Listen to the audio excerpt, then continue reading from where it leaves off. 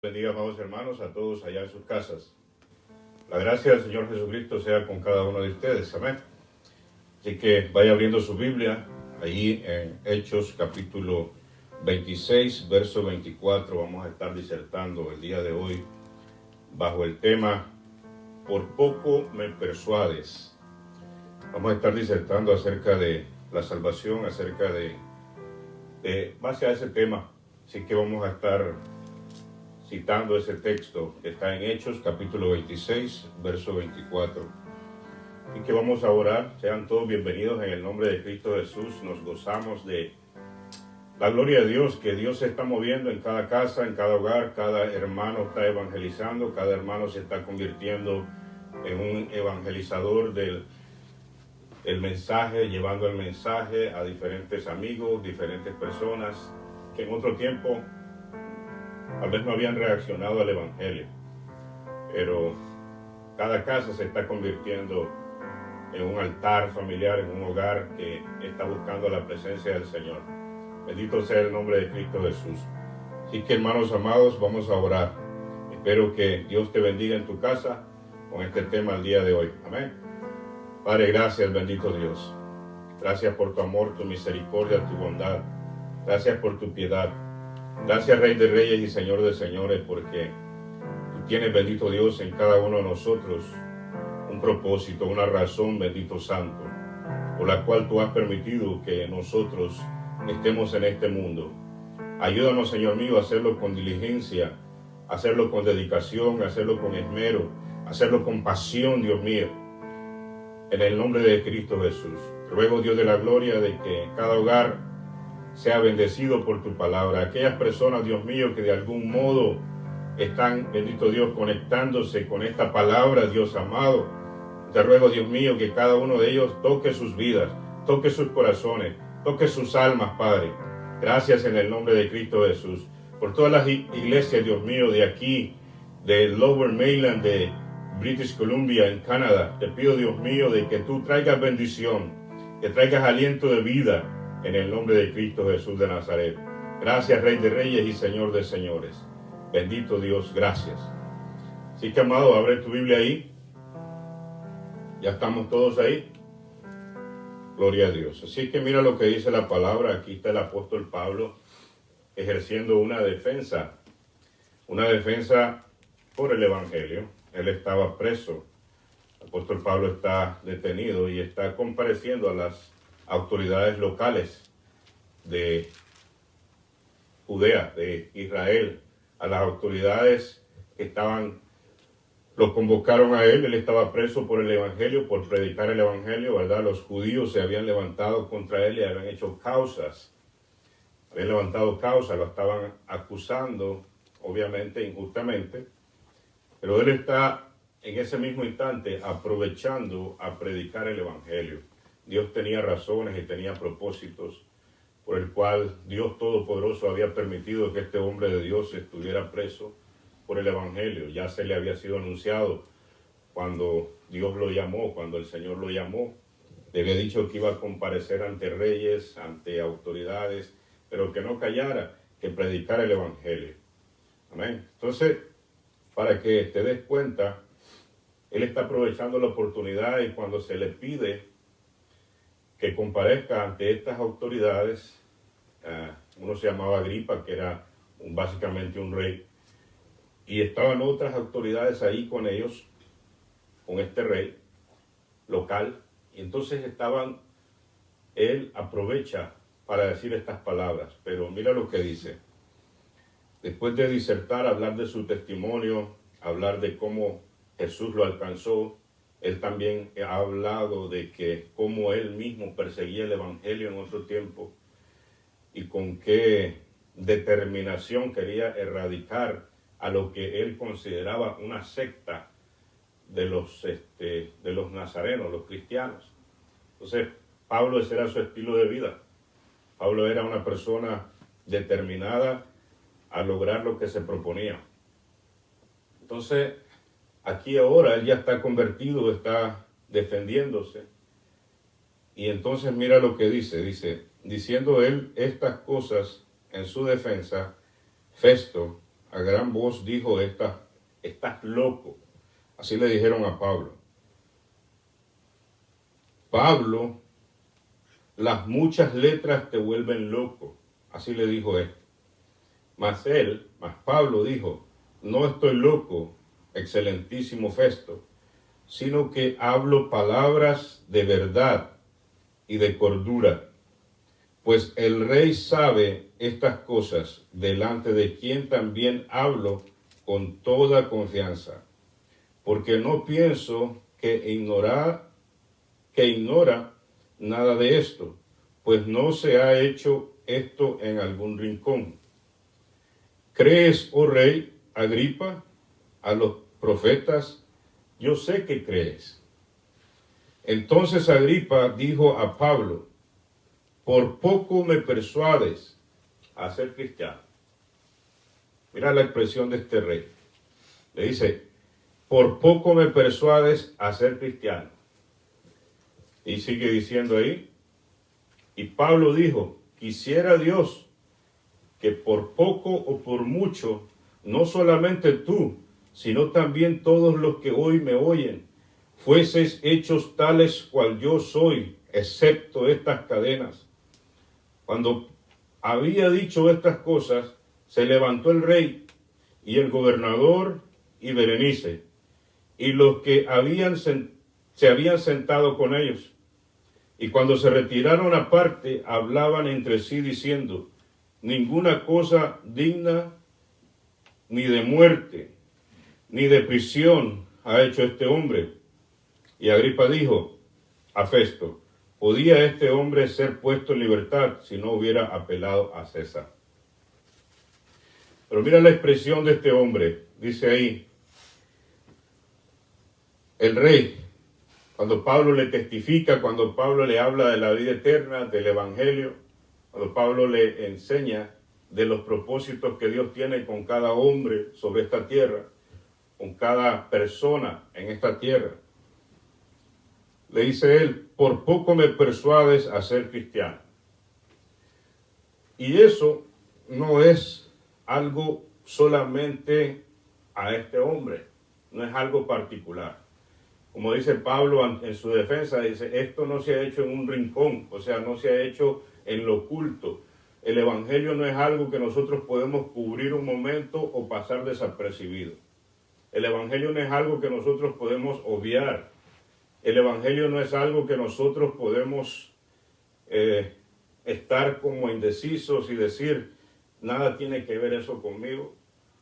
O el evangelio no es algo que nosotros podemos decir, la verdad no me interesa y mi vida sigue adelante y yo no tengo que ver con el evangelio, yo jamás voy a necesitar del evangelio. ¿Verdad? Así actúa el ser humano en muchas ocasiones, como que si el evangelio no fuera la única esperanza que tiene el hombre en esta tierra. Así como no podemos obviar el evangelio, no podemos obviar una verdad inminente que la palabra del Señor nos enseña. Por ejemplo, en Mateo 24:14. Quiero que vayas a ese pasaje. Mateo 24:14. Mira cómo dice. Gloria al Señor. Dice la palabra en Mateo 24:14. Dice, y será predicado este evangelio del reino en todo el mundo para testimonio a todas las naciones. Y entonces vendrá el fin. Esta palabra se cumple en toda generación. La palabra tiene un cumplimiento permanente. Siempre en todos los tiempos hay una iglesia, hay mensajeros que Dios ha levantado para esas generaciones. De alguna manera Dios hace de que la iglesia siempre esté predicando. De alguna manera Dios va a hacer que el evangelio llegue a tu oído. De alguna manera Dios va a hacer de que esta palabra algún día llegue a ti con el fin de que tú la aceptes. Con el fin de que cada uno de nosotros le demos atención a este mensaje.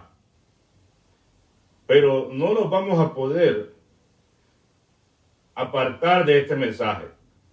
Va a llegar. Dios va a buscar el medio, Dios va a buscar la manera de cómo este evangelio va a llegar a tu vida. Así como llegó a la vida de cada uno de nosotros. Así como llegó a la vida de cada cristiano que hoy profesa estar en Cristo Jesús. Así va a llegar el evangelio a ti, si es que no ha llegado. Pero no, este evangelio no solamente va a llegar una sola vez en tu vida. Va a llegar una vez, pues va a llegar otra vez. También van a llegar otras propuestas, apostasía, falsedades. Va a llegar todo tipo de ofertas a tu vida. Pero también Dios se va a encargar de que el evangelio genuino llegue a nuestros oídos.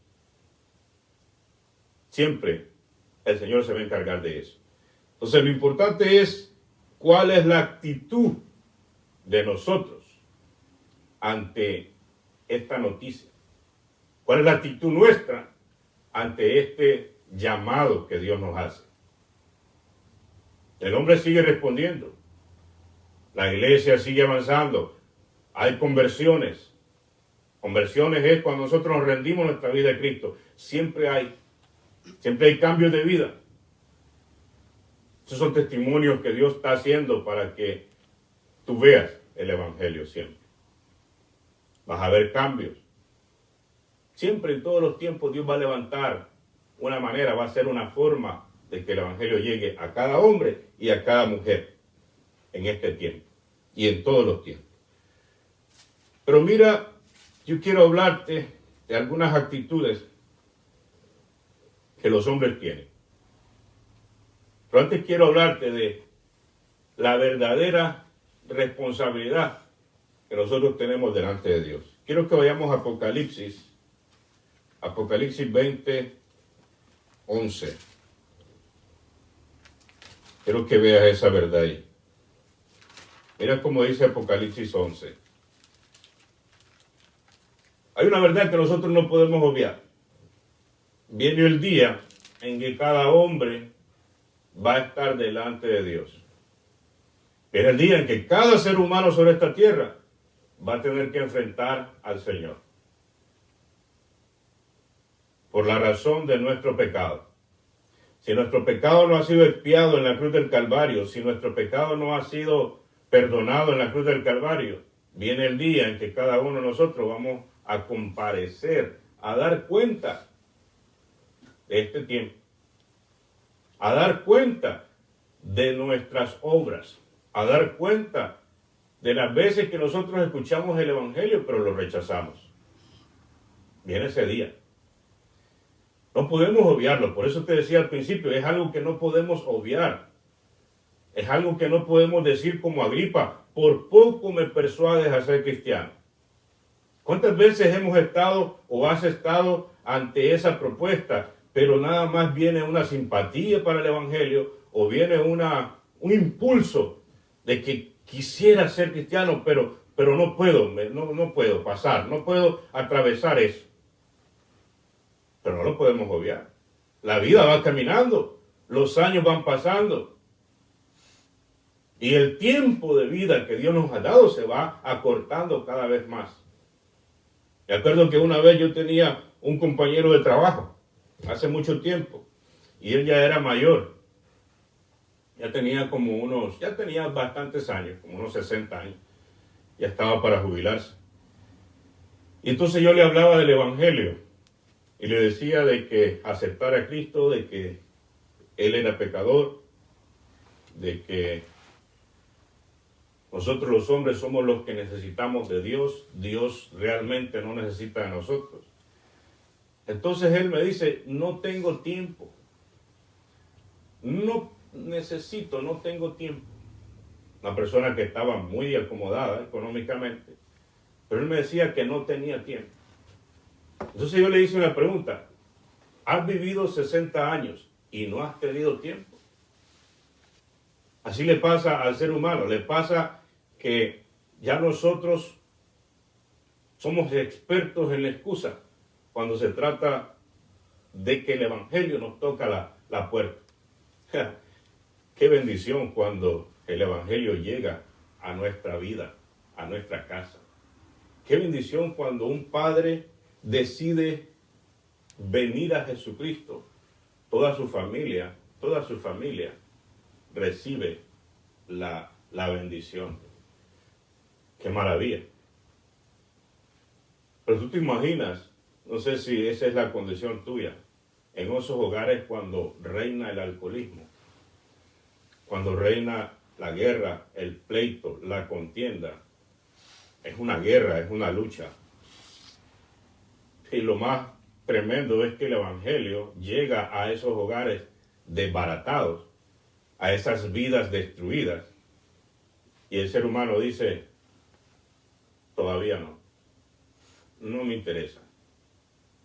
Entonces, es tremendo, es terrible. Cuando la solución es el evangelio, cuando la solución es que nosotros digamos, sí, Jesús, entra, haz un cambio en mi vida, transforma mi vida. Solo es cuestión de decirlo e invitar a Jesús y permitir de que Dios sea el que transforme nuestra vida. Cuando nosotros los seres humanos estamos en un gran problema, el problema de nosotros se llama pecado. Y los que nos necesitan de Dios somos nosotros. Estamos en una condición tremenda. Nosotros somos los que necesitamos a Dios. No importa la edad. El hecho de que a veces no entendamos que nuestra necesidad es Dios, no quiere decir que no lo necesitemos. El hecho que nosotros ignoremos de que un día nosotros vamos a dar cuenta de todo lo que hemos hecho en nuestra vida, no quiere decir que no sea así. Personas que dicen, no, yo no creo en el infierno. Yo no creo que Dios va a ser así de ese modo. El hecho de que uno no crea no quiere decir que no exista. Esa es la realidad. Por eso te decía al principio, no podemos obviar esta verdad, no podemos obviar esta realidad. No la podemos hacer a un lado, no podemos apartarla y decir, no, yo no tengo nada con esto. Como que si fuera una opción. No es una opción, es una realidad. Que un día nosotros se nos va a acabar la vida, se nos va a acabar el tiempo. Esa es la verdad. La verdad es que dentro de nuestras espaldas descansa una vida de pecado. Y si nosotros no rendimos eso al Señor, nuestro pecado no va a ser expiado, no va a ser perdonado. Entonces somos culpables delante de Dios. Mira cómo dice la Escritura ahí en Apocalipsis 20:11. Dice, esto ya es el final de los tiempos. Esto ya es cuando todo hombre y toda mujer, rico, pobre, grandes, pequeños, poderosos, no poderosos, influyentes, no influyentes, estrellas de Hollywood, estrellas de los juegos, profesionales, ideólogos, gente de influencia en el mundo, gente que es desconocida en el mundo, gente que nunca fue a la escuela, así como gente que recibieron todos los premios que existen en el mundo por su intelectualidad, por su grandeza, por su destaque. Todos ese día van a estar delante del trono de Dios. Todos, sin excepción. Dice la palabra del Señor que el hombre desde los días de su juventud hay maldad en su corazón. Eso dice la Escritura. Y cuando nosotros vemos que cada jovencito viene naciendo y viene despertando a la realidad, le nace el deseo de experimentar el mundo. Les nace, le llama la atención. ¿Por qué? Porque el pecado está en la carne. Le nace y entonces algunos se sueltan y se desenfrenan y se van en pos del pecado. Y viene la consecuencia. El pecado es terrible, pero esa es nuestra verdad. Podríamos predicar cualquier otra cosa, podríamos hablar, qué sé yo, de cualquier otra situación. Pero hay una verdad que no podemos obviar, nuestra condición delante de Dios. Estamos vivos, estamos aquí, vamos en este caminar. Tratemos de ignorar a Dios. Pero viene ese día en que cada ser humano va a comparecer ante el trono de Dios. Y vi un gran trono blanco y el que estaba sentado en él, de delante del cual huyeron la tierra y el cielo, y ningún lugar se encontró para ellos. Lo primero que va a suceder ese día es que todas las personas van a estar ante ese trono, y lo primero que sucede es que la tierra desaparece de debajo de sus pies. Desaparece la tierra, se desintegra la tierra, todo el globo terráqueo se desintegra. Este es al final de los tiempos. Este es después del milenio, ¿verdad? Ahorita nosotros estamos esperando el arrebatamiento de la iglesia. Luego viene la gran tribulación. Al final de la gran tribulación viene Cristo con poder y gran gloria. Establece su reino. El juicio de las naciones, ahí mismo, después de la gran tribulación. Luego después empieza el milenio glorioso, 1000 años reinando aquí con Cristo en la tierra, la iglesia y Cristo reinando, 1000 años. Después de esos 1000 años viene el juicio final. Viene el momento en que cada hombre va a comparecer ante Dios. Es un privilegio que Dios nos haya permitido vivir.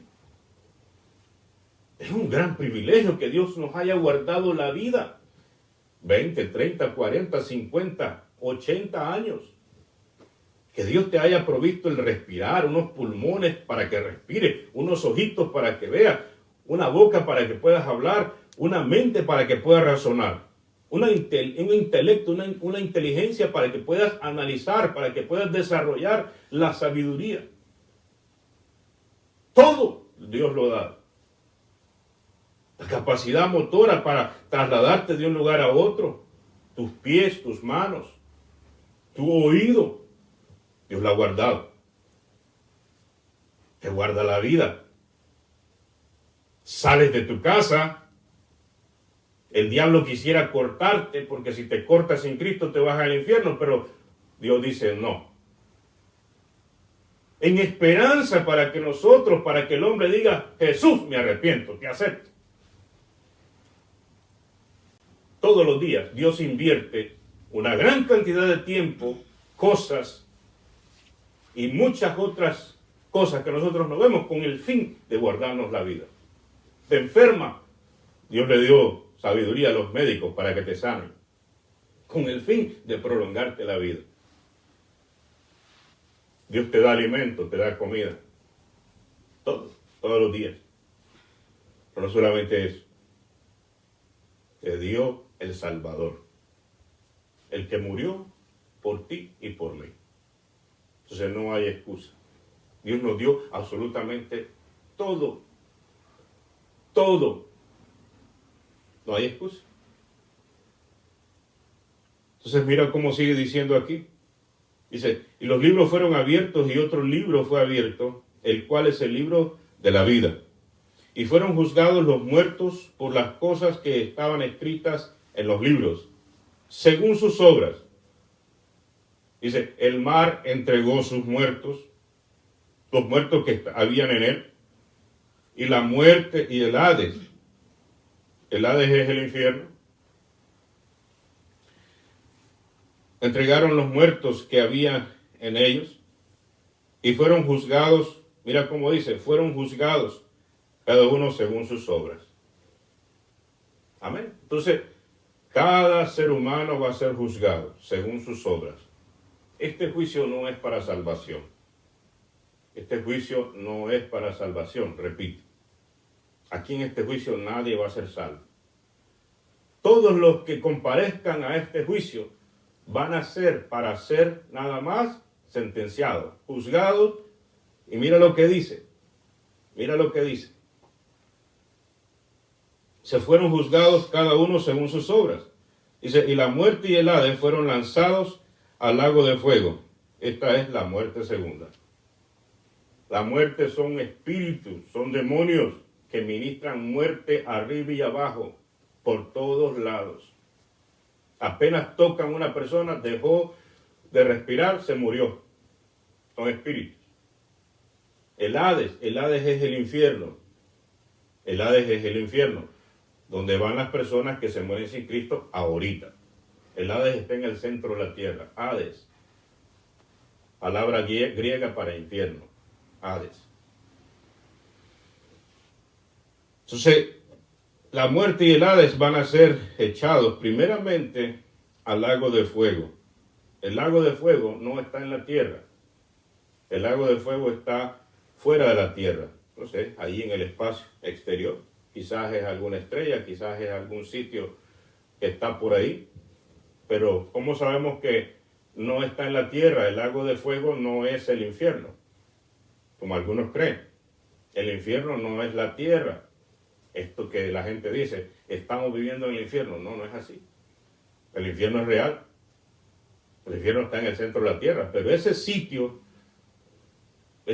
contaminado va a ser echado al lago de fuego. Y obviamente todas las personas que están ahí. Pero antes de que sean echados al lago de fuego, van a comparecer. Van a volver, se van a levantar y van a comparecer. Todas las personas que han vivido desde los tiempos de Adán hasta después del milenio. Todas las personas van a comparecer en ese día delante del trono blanco. Ahí va a estar la iglesia, pero no para ser juzgada, sino para testificar. Porque dice la Biblia que somos testigos de Jesucristo. Y dice que los que están en Cristo ya no vienen a condenación. La iglesia no va a ser juzgada en ese juicio. Porque nosotros hemos sido justificados por Cristo Jesús. Y los que están en Cristo ya no vienen a condenación. Bendito sea el nombre de Cristo Jesús. Estas son personas que rechazaron el Evangelio, así como Agripa. Por poco me persuades, Pablo. Por poco me persuades a ser cristiano.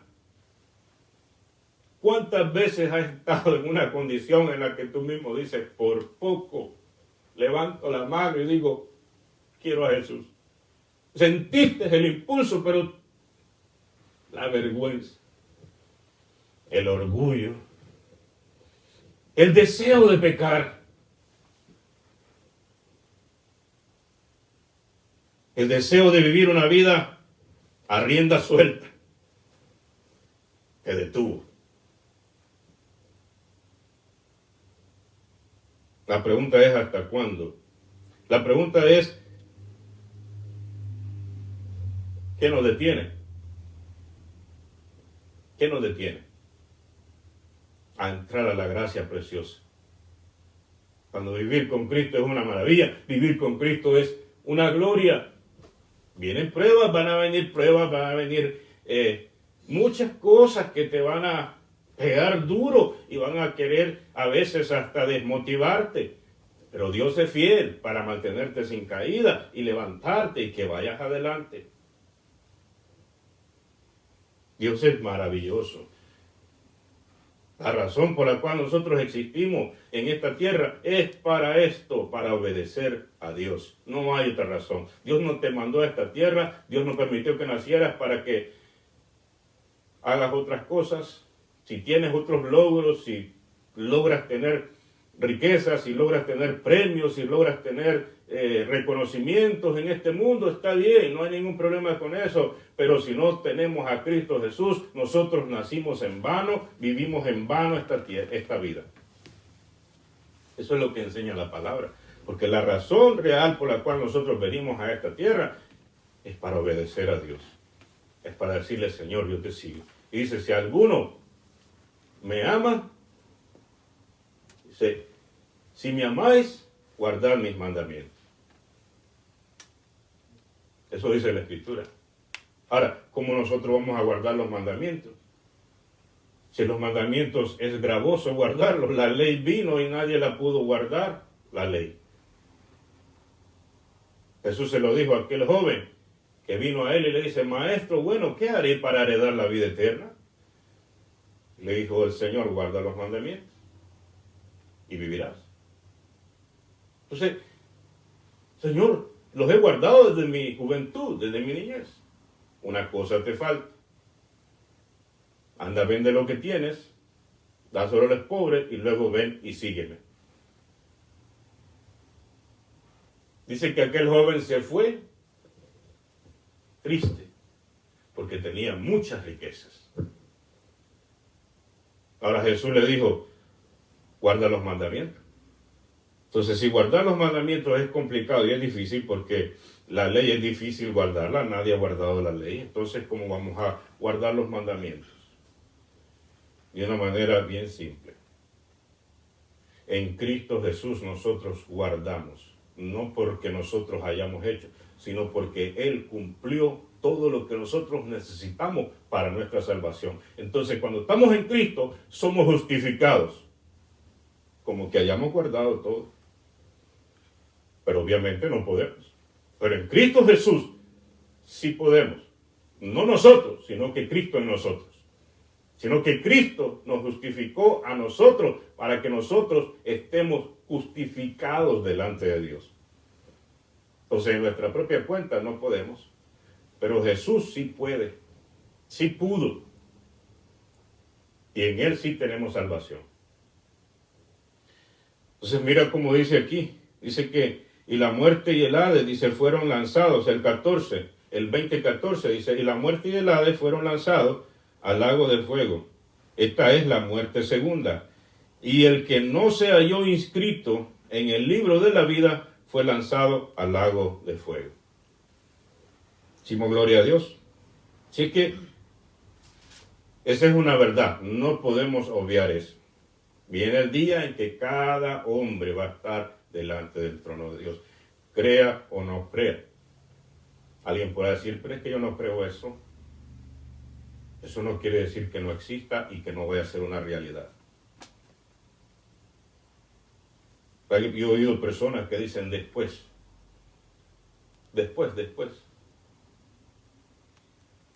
Hay personas que me han dicho, good for you. El evangelio está bien para ti. Si te sirve, sigue adelante. Pero no se trata de eso. Se trata de que este evangelio tiene que ver con cada hombre que existe sobre esta tierra. Creamos o no creamos. Tiene que ver. Entonces, partiendo de ese punto, que un día cada uno de nosotros va a estar delante del Señor, mira lo que dice aquí. Mira lo que dice Eclesiastés 11:9. Mira qué bonito dice aquí la palabra en Eclesiastés 11:9.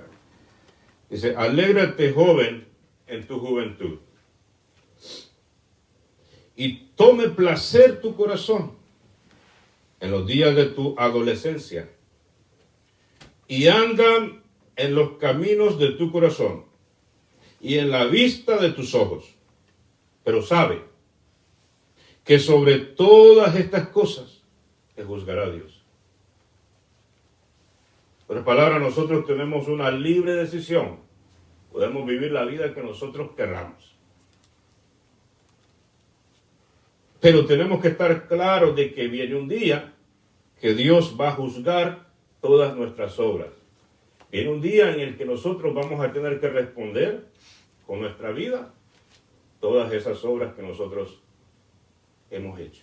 A menos de que esas obras nosotros las traigamos a Cristo y las pongamos en Él, todas esas obras malas de pecado que hemos hecho, y entonces Él nos perdona, nos justifica y nos limpia y nos lava. Entonces ya no venimos a juicio, porque Cristo nos perdonó.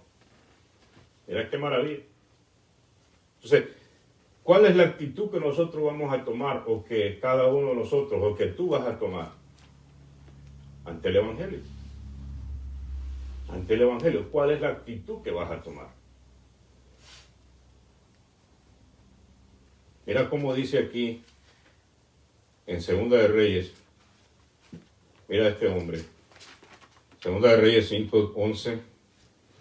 Esta es la historia de un hombre que habla la Escritura en Segunda de Reyes 5:11 en adelante hasta el 15, hasta el 14. Era un rey de Siria. Y era no era un rey de Siria, era un general. Estaba a cargo del ejército de Siria, era un general. Este hombre estaba a cargo del ejército de Siria, era un hombre de extremada confianza del rey de Siria, lo apreciaba mucho porque era un hombre destacadísimo, había ganado muchas batallas, era un experto militar, y era de mucho prestigio, de mucho reconocimiento en Siria y en los alrededores, porque en esos tiempos Siria dominaba y tenía muchos pueblos, muchas ciudades bajo sus dominios. Entonces, era muy conocido este hombre por las batallas, por las guerras, por los triunfos que le había dado a Siria. Pero tenía un problema, era leproso, literalmente, la lepra. Usted sabe que la lepra, ¿verdad?, es una enfermedad en la piel que cuando ya se va prolongando y se va manifestando, entonces las personas se vuelven insensibles de la piel. Entonces pueden golpearse y se les cae un dedo, se les cae pedazos, se van desbaratando por pedazos porque como ellos no sienten, se les va haciendo llagas por todos lados y van perdiendo los pedazos, los dedos, los labios. Entonces es una enfermedad terrible. Entonces este hombre, a pesar de que era un hombre destacadísimo, tenía ese problema, era leproso. Y él oyó decir que en Israel había un hombre que se llamaba Eliseo, que era profeta de Dios, era un hombre de Dios, que se manifestaba a Dios a través de él y que hacía milagros. Dice que una sirvienta, una empleada, una trabajadora que estaba ahí en la casa le dijo: Señor, en Israel está un hombre, el hombre de Dios, un varón de Dios, que yo le aseguro que si usted va, el Señor puede obrarle milagro. Entonces él se interesó por la información y como él sabía hacer las cosas así al estilo protocolo, fue a su rey, le pidió permiso, le dio permisos y le dio cartas para el rey de Israel. Entonces, así usando el protocolo. Entonces se fue al rey con sus cartas para ver si este hombre era sanado de la lepra. Pero resulta de que el rey le dice: ¿qué soy yo? ¿Dios o más que Dios para que este me esté insultando? ¿Cómo se te ocurre hacer eso? Pero en eso otro siervo le dice: Señor, vamos donde el profeta. Mira cómo Dios viene tratando con el orgullo de este hombre. Primero le habla a una trabajadora que él tenía en su casa. Ahora le habla a otro siervo. Y le dice: vamos donde el hombre de Dios. Y entonces él se hace una idea de que él va a llegar donde el profeta y que el profeta va a salir y le va a decir, va a invocar el nombre de Dios y va a orar por él y va a ser sano de la lepra. Esa era su imaginación. Pero para Dios es más importante tratar con el orgullo de nuestro corazón que cualquier otra cosa. Porque cuando nosotros rendimos esos orgullos, rendimos esos generales que andamos aquí en el corazón, es que nosotros podemos venir a Cristo y podemos ver la luz del Evangelio. El Señor puede sanarnos de cualquier enfermedad, puede sanarnos de cualquier impedimento físico, pero si el Señor nos sana el corazón, cuando tú vienes y te rindes y eres humilde, entonces no hay libertad, no hay liberación, no hay salvación. Dios está más interesado en la salvación nuestra que cualquier otra cosa. Y a veces esas son motivaciones, impulsos para venir a Cristo.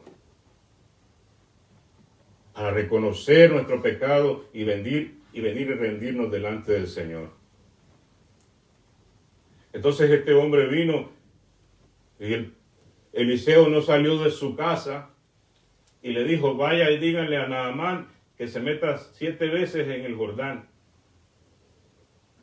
y será sano de su lepra. Mira lo que comenta él cuando va de camino a meterse al Jordán. Y Naamán, el 11, lee ahí el 11, el 5:11 dice: y Naamán se fue enojado. Ya va de regreso para Siria. No le está atendiendo a lo que le dijo el profeta, porque todavía tiene el general en su corazón. Todavía no se ha despojado del general. Dice: y Naamán se fue enojado diciendo: he aquí yo decía para mí, saldrá él luego y estando en pie invocará el nombre de Jehová su Dios y alzará su mano y tocará el lugar y sanará la lepra. Eso es lo que él se imaginaba. Pero lo que él no sabía es que tenía otro problema más grande en su corazón. Eso es lo que él no sabía. El 12 dice: Habana y Farfar, ríos de Damasco, no son mejores que todas las aguas de Israel? Si me lavare en ellos, ¿no seré también limpio?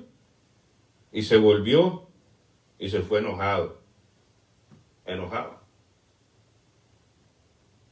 Otras veces el Evangelio lo han traído a nuestros oídos y en vez de nosotros recibirlos con gozo, se molestan. Te has molestado, te has enojado con aquella persona que con todo amor y con toda dedicación levantó sus pies y fue a hablarte. Y te enojaste. ¿Cuántas veces? Así está este hombre. Entonces dice, sigue diciendo la palabra, el 13, dice, mas sus criados, ¿ya viste? Mira cómo dice, mas sus criados se le acercaron y le hablaron diciendo, Padre mío, si el profeta te mandare alguna gran cosa, ¿no la harías? ¿Cuánto más diciéndote, lávate y serás limpio?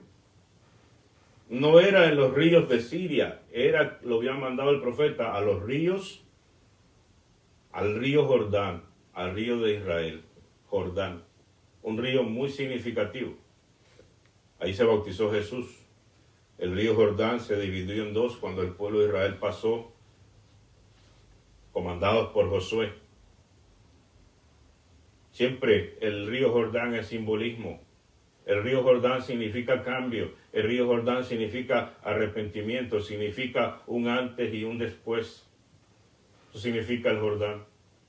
Cada uno de nosotros tenemos que pasar un Jordán en nuestra vida. Un antes y un después. Tú mismo tienes que pasar tu Jordán. Un antes y un después. Una vida que tenías antes, una vida que tienes en Cristo ahora.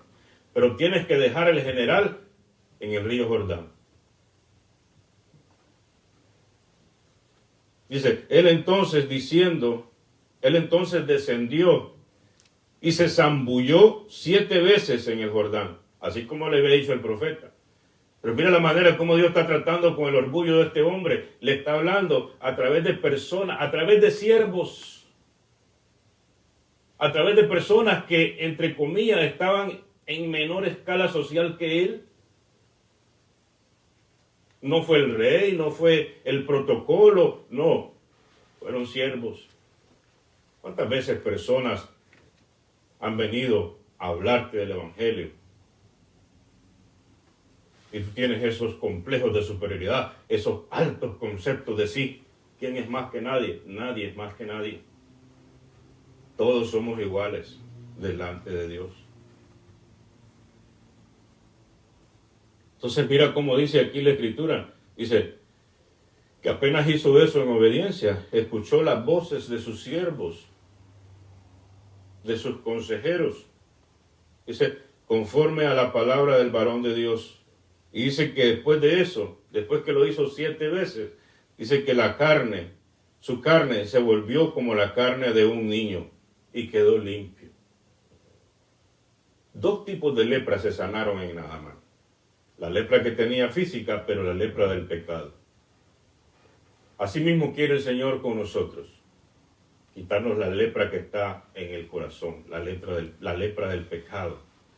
La lepra que se manifiesta a través del orgullo, a través de la altivez, a través de la desobediencia a la palabra de Dios, a través del rechazar el Evangelio de Dios.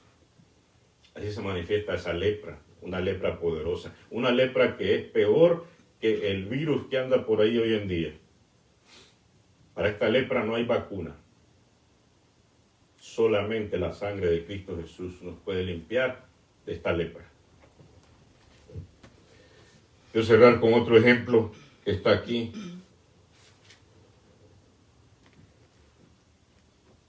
Ahí mismo, en el 26, 27 y 28. Hechos 26, 27 y 28. Mira cómo dice ahí la Escritura. ¿Crees, oh rey Agripa? A los profetas yo sé que crees. Entonces Agripa dijo a Pablo, por poco me persuades a ser cristiano. Mira lo que hizo la otra gente que estaba ahí con él, con Agripa. Como era el rey, entonces Mira lo que hicieron todos ellos. Era una junta que había ahí de la aristocracia, de todas aquellas personas que estaban con el rey y que les competía escuchar y podían decidir en el juicio contra Pablo. Acreditados, personas que representaban la ley, el tribunal ahí, pero también habían otras personas ahí, buscando la influencia, buscando la influencia de estar con el rey. Ya como hicieron esta gente, dice, cuando había dicho estas cosas, el 30, se levantó el rey y el gobernador y Berenice y los que se habían sentado con ellos. El 31 dice, y cuando se retiraron aparte,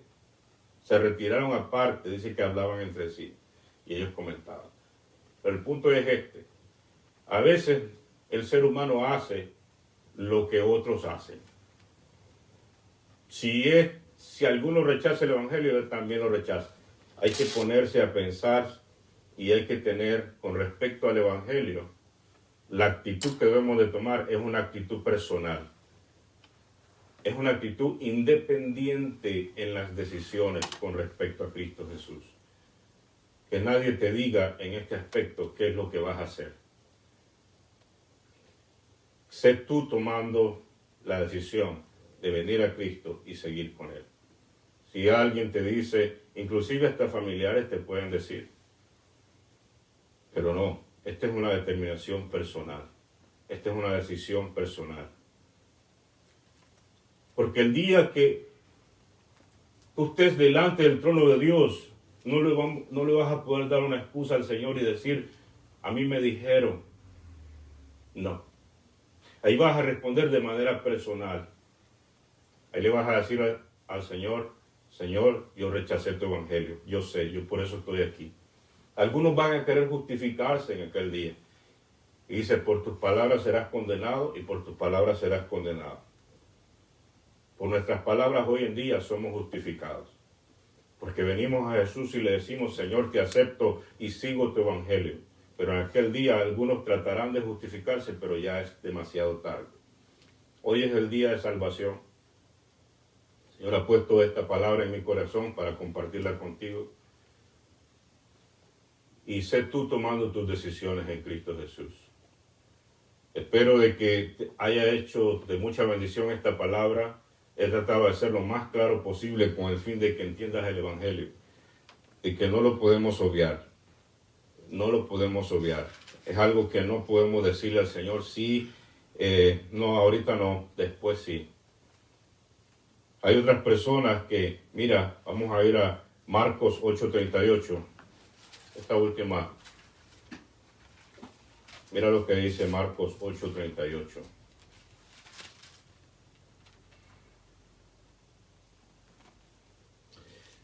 Dice, Juan le respondió diciendo, Maestro, hemos visto a uno que en tu nombre echaba fuera demonios, pero él nos sigue. Y lo prohibimos porque no nos sigue. Pero Jesús dijo, no se lo prohibáis, porque ninguno que haga un milagro en mi nombre, que luego pueda decir mal de mí. Y después el 40 dice, porque el que no es contra nosotros, por nosotros es. ¿Qué quiso decir el Señor Jesús con esto? Que nosotros no podemos estar en un término medio. El término medio no existe. Si nosotros estamos con Cristo, nosotros contribuimos a que otras personas entren a la salvación. Estamos compartiendo vida. Pero cuando una persona no está en Cristo, sirves en muchas ocasiones, sin ni siquiera saberlo, contribuyes a la destrucción de otras personas. Te voy a poner un ejemplo. ¿Cuántos padres, por ejemplo, comparten una mesa con sus hijos y en la mesa traen alcohol? Y le dicen a los hijos, hijo, ya tienes 18 años, puedes tomarte un trago conmigo. Alguien podrá decir, pero eso no es malo, pastor, te estás yendo al extremo. Sí, es muy malo. ¿Sabes por qué? Porque tú le estás abriendo una puerta a tu hijo a una adicción. A una adicción que quizás jamás en su vida va a poder salir de ella. Y una adicción que quizás lo puede llevar al infierno. ¿Cuántas personas se han convertido en alcohólico dependiente y los primeros tragos se lo echaron en la mesa de su casa con sus mismos padres? Y ya nunca más hubo vuelta atrás. Por eso Jesucristo fue bien claro y dijo, el que no está conmigo, contra mí está. Porque te conviertes en un vehículo exactamente así como la serpiente, como la culebra en el Edén. La culebra no es la que operó, pero ella le dio lugar al diablo para que el diablo operara a través de ella. Entonces, cuando nosotros no estamos en Cristo, vienen esas influencias demoníacas y entonces impulsan a los demás al abismo. ¿Cuántos jovencitos comparten droga con otro joven? Y se vuelven drogodependientes, adictos. Y ya después no hay vuelta para atrás. O sea, el que no está con Cristo, contra Cristo está. No existe término medio.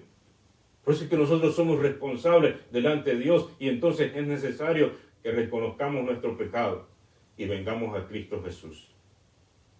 Es necesario. Que Dios te bendiga en gran manera. Espero que esta palabra haya sido de mucha bendición para tu vida y el propósito es de que vengas a Cristo y tengas verdaderamente el Evangelio de Jesucristo. Padre, en el nombre de Cristo Jesús, la bendición y vida eterna, bendito Dios, a aquellas personas que de algún modo están escuchando esta palabra, Dios mío, a donde sea, al lugar que sea. Trae, Dios mío, bendición. Trae el poder de cambio en sus vidas. Si estás escuchando, abre tu corazón a Cristo y dile, Señor, reconozco que soy pecador. Te pido perdón. Ahí tú mismo en tu casa, donde quiera que estés, en tu carro, en cualquier sitio, ahí Dios te alcanza. Ahí Dios tiene poder de llegar a tu vida.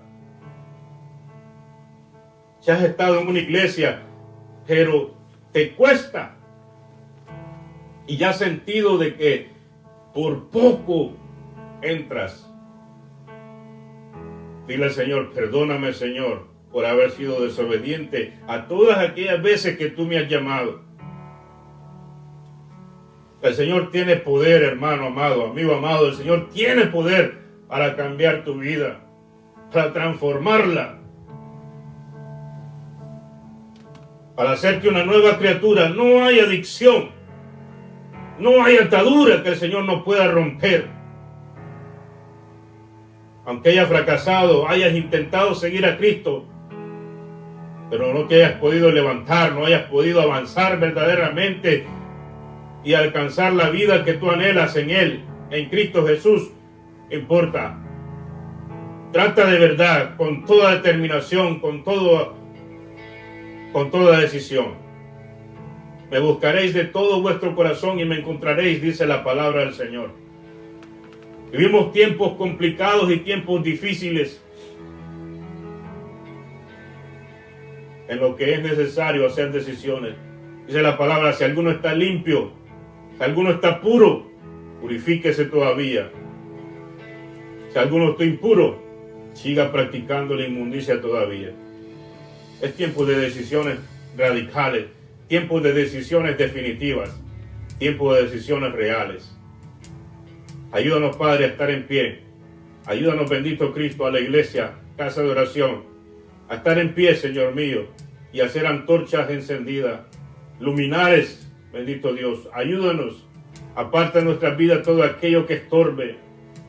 Añade, Señor mío, todo lo que haga falta. Aparta de nosotros, bendito Dios, todo aquello que estorbe. Gracias, Rey de Reyes y Señor de Señores. El Señor te bendiga en gran manera. El Señor te bendiga en gran manera.